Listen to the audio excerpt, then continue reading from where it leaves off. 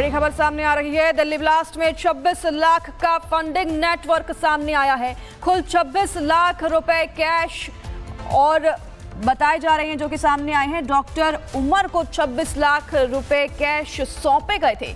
आतंकी डॉक्टर मुजम्मिल ने 5 लाख रुपए दिए थे और आदिल ने 8 लाख रुपए, मुजफ्फर ने 6 लाख रुपए दिए थे तो शाहीना ने 5 लाख रुपए दिए थे, उमर ने 2 लाख रुपए दिए थे। मुजम्मिल ने अमोनियम नाइट्रेट खरीदे थे इन पैसों से और यूरिया खरीदा था जिसका इस्तेमाल बम बनाने के लिए होता है।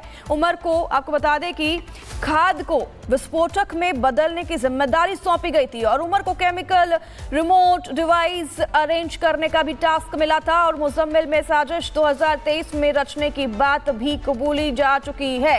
बता दें कि आपको उमर पुलिस की गिरफ्त में है, डॉक्टर शाहीन पुलिस की गिरफ्त में है, मुजम्मिल पुलिस की गिरफ्त में है जिससे पूछताछ की जा रही है। उन्होंने इस बात को कबूला भी है। जतिन हमारे सहयोगी हमारे साथ जुड़ गए हैं, रुख करेंगे जतिन का। जतिन, कबूलनामा भी सामने आ गया है। अब तो उन्होंने कबूल लिया है कि बम बनाने की सामग्री इस्तेमाल इन्होंने की थी, फंडिंग भी इन्हें मिल रही थी, तो ये पूरी साजिश रची गई थी। जतिन, बिल्कुल, देखिए, ना सिर्फ कबूलनामा बल्कि अभी तक की इन्वेस्टिगेशन ये भी बता रही है कि पिछले 2 सालों से ये लोग इस तरीके की कॉन्स्पिरेसी रच रहे थे। हर किसी का एक अपना रोल था, हर किसी का अपना टास्क था। मुजम्मिल की जिम्मेदारी थी कि जो पैसा है वो जब इसके पास पहुंच रहा है तो उसका यूरिया खरीदे और उसके बाद उसको अमोनियम नाइट्रेट में तब्दील करने की जिम्मेदारी उमर की थी। उमर की जिम्मेदारी ये भी थी कि इसमें इस्तेमाल होने वाले डेटोनेटर और इलेक्ट्रॉनिक जितनी भी चीजें हैं वो सब उमर को खरीदा और उसके बाद इसको बॉम्ब में एक तरीके से तब्दील कर रहा है। मुजफ्फर जो कि अफगानिस्तान में है, वो अफगानिस्तान से 6 लाख रुपए भेजता है। मुजफ्फर ही वही शख्स है जो कि जैश का एक हैंडलर है और हैंडलर के जरिए इस पूरे व्हाइट कॉलर टेररिज्म को मॉनिटर करने का काम, उनको फंडिंग जो कम पड़ रही है उसको देने का काम करते थे। लेकिन आप इसको ऐसे समझिए कि ये इस कदर रेडिकलाइज थे कि इन्होंने इतने बड़े मॉड्यूल को खड़ा किया, ना सिर्फ खड़ा किया बल्कि जो पैसे की कमी पड़ रही थी उसमें ये लोग खुद से ही जो पैसा है वो इन्वॉल्व भी कर रहे थे। बताओ डॉक्टर, ये अलग अलग जगहों पर काम करते थे, वहां पर इनकी सैलरी बहुत ज्यादा अच्छी थी, लेकिन उस पैसे का इस्तेमाल कैसे दिल्ली और देश के दूसरे राज्यों में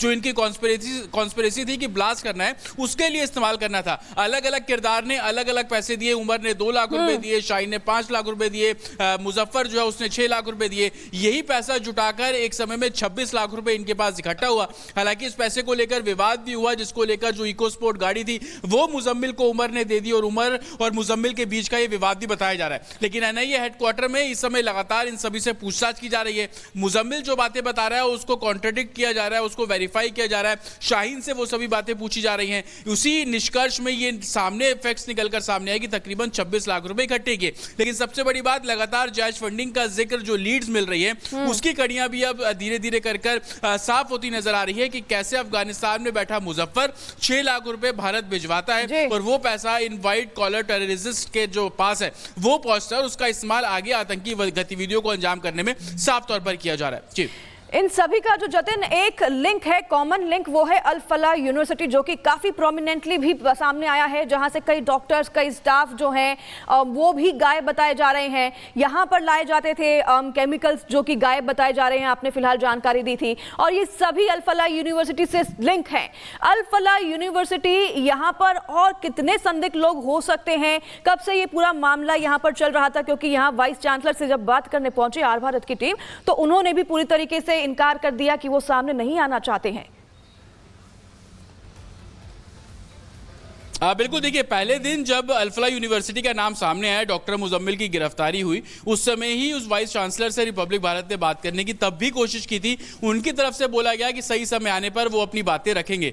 कल भी एक स्टेटमेंट अल फलाह यूनिवर्सिटी की तरफ से जारी किया गया और बोला गया कि कैंपस के अंदर किसी भी तरीके का एक्सपेरिमेंट नहीं हुआ, लेकिन इन्वेस्टिगेशन बता रही है कि उसी कैंपस के अंदर जो लैब थी वहां से इक्विपमेंट्स जो है वो चुराए गए।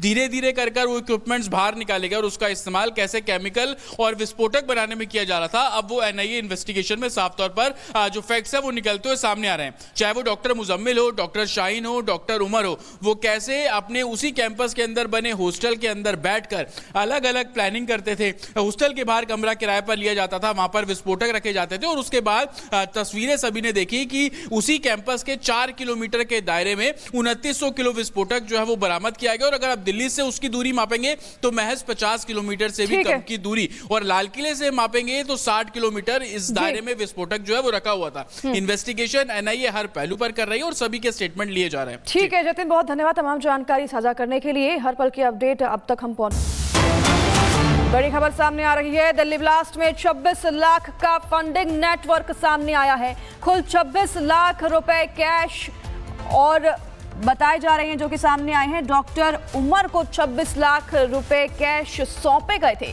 आतंकी डॉक्टर मुजम्मिल ने 5 लाख रुपए दिए थे और आदिल ने 8 लाख रुपए, मुजफ्फर ने 6 लाख रुपए दिए थे तो शाहीना ने 5 लाख रुपए दिए थे, उमर ने 2 लाख रुपए दिए थे। मुजम्मिल ने अमोनियम नाइट्रेट खरीदे थे इन पैसों से और यूरिया खरीदा था जिसका इस्तेमाल बम बनाने के लिए होता है। उमर को आपको बता दें कि खाद को विस्फोटक में बदलने की जिम्मेदारी सौंपी गई थी और उमर को केमिकल रिमोट डिवाइस अरेंज करने का भी टास्क मिला था और मुजम्मिल में साजिश 2023 में रचने की बात भी कबूली जा चुकी है। बता दें कि आपको उमर पुलिस की गिरफ्त में है, डॉक्टर शाहीन पुलिस की गिरफ्त में है, मुजम्मिल पुलिस की गिरफ्त में है जिससे पूछताछ की जा रही है। उन्होंने इस बात को कबूला भी है। जतिन हमारे सहयोगी हमारे साथ जुड़ गए हैं, रुख करेंगे जतिन का। जतिन, कबूलनामा भी सामने आ गया है। अब तो उन्होंने कबूल लिया है कि बम बनाने की सामग्री इस्तेमाल इन्होंने की थी, फंडिंग भी इन्हें मिल रही थी, तो ये पूरी साजिश रची गई थी। जतिन बिल्कुल, देखिए ना सिर्फ कबूलनामा बल्कि अभी तक की इन्वेस्टिगेशन ये भी बता रही है कि पिछले 2 सालों से ये लोग इस तरीके की कॉन्स्पिरेसी रच रहे थे। हर किसी का एक अपना रोल था, हर किसी का अपना टास्क था। मुजम्मिल की जिम्मेदारी थी कि जो पैसा है वो जब इसके पास पहुंच रहा है तो उसका यूरिया खरीदे और उसके बाद उसको अमोनियम नाइट्रेट में तब्दील करने की जिम्मेदारी उमर की थी। उमर की जिम्मेदारी ये भी थी कि इसमें इस्तेमाल होने वाले डेटोनेटर और इलेक्ट्रॉनिक जितनी भी चीजें हैं वो सब उमर को खरीदा और उसके बाद इसको बॉम्ब में एक तरीके से तब्दील कर रहा है। मुजफ्फर जो कि समय अफगानिस्तान में है वो अफगानिस्तान से 6 लाख रुपए भेजता है। मुजफ्फर ही वही शख्स है जो कि जैश का एक हैंडलर है और हैंडलर के जरिए इस पूरे व्हाइट कॉलर टेररिज्म को मॉनिटर करने का काम, उनको फंडिंग जो कम पड़ रही है उसको देने का काम करते थे। लेकिन आप इसको ऐसे समझिए कि ये इस कदर रेडिकलाइज थे कि इन्होंने इतने बड़े मॉड्यूल को खड़ा किया, ना सिर्फ खड़ा किया बल्कि जो पैसे की कमी पड़ रही थी उसमें ये लोग खुद से ही जो पैसा है वो इन्वॉल्व भी कर रहे थे। बताओ डॉक्टर, ये अलग अलग जगहों पर काम करते थे, वहां पर इनकी सैलरी बहुत ज्यादा अच्छी थी, लेकिन उस पैसे का इस्तेमाल कैसे दिल्ली और देश के दूसरे राज्यों में जो इनकी कॉन्स्पिरेसी थी कि ब्लास्ट करना है उसके लिए इस्तेमाल करना था। अलग अलग किरदार ने अलग अलग पैसे दिए। उमर ने 2 लाख रुपए दिए, शाहीन ने 5 लाख रुपए दिए, मुजफ्फर जो है उसने 6 लाख रुपए दिए। यही पैसा जुटाकर एक समय में 26 लाख रुपए इनके पास इकट्ठा हुआ। हालांकि इस पैसे को लेकर विवाद भी हुआ, जिसको लेकर जो इको स्पोर्ट गाड़ी थी वो मुजम्मिल को उमर ने दे दी और उमर और मुजम्मिल के बीच का ये विवाद भी बताया जा रहा है। लेकिन एनआईए हेडक्वार्टर में इस समय लगातार इन सभी से पूछताछ की जा रही है। मुजम्मिल जो बातें बता रहा है उसको कॉन्ट्रडिक्ट किया जा रहा है, उसको वेरीफाई किया जा रहा है। शाहीन से वो सभी बातें पूछी जा रही हैं। उसी निष्कर्ष में ये सामने फैक्ट्स निकलकर सामने आए कि तकरीबन 26 लाख रुपए इकट्ठे किए।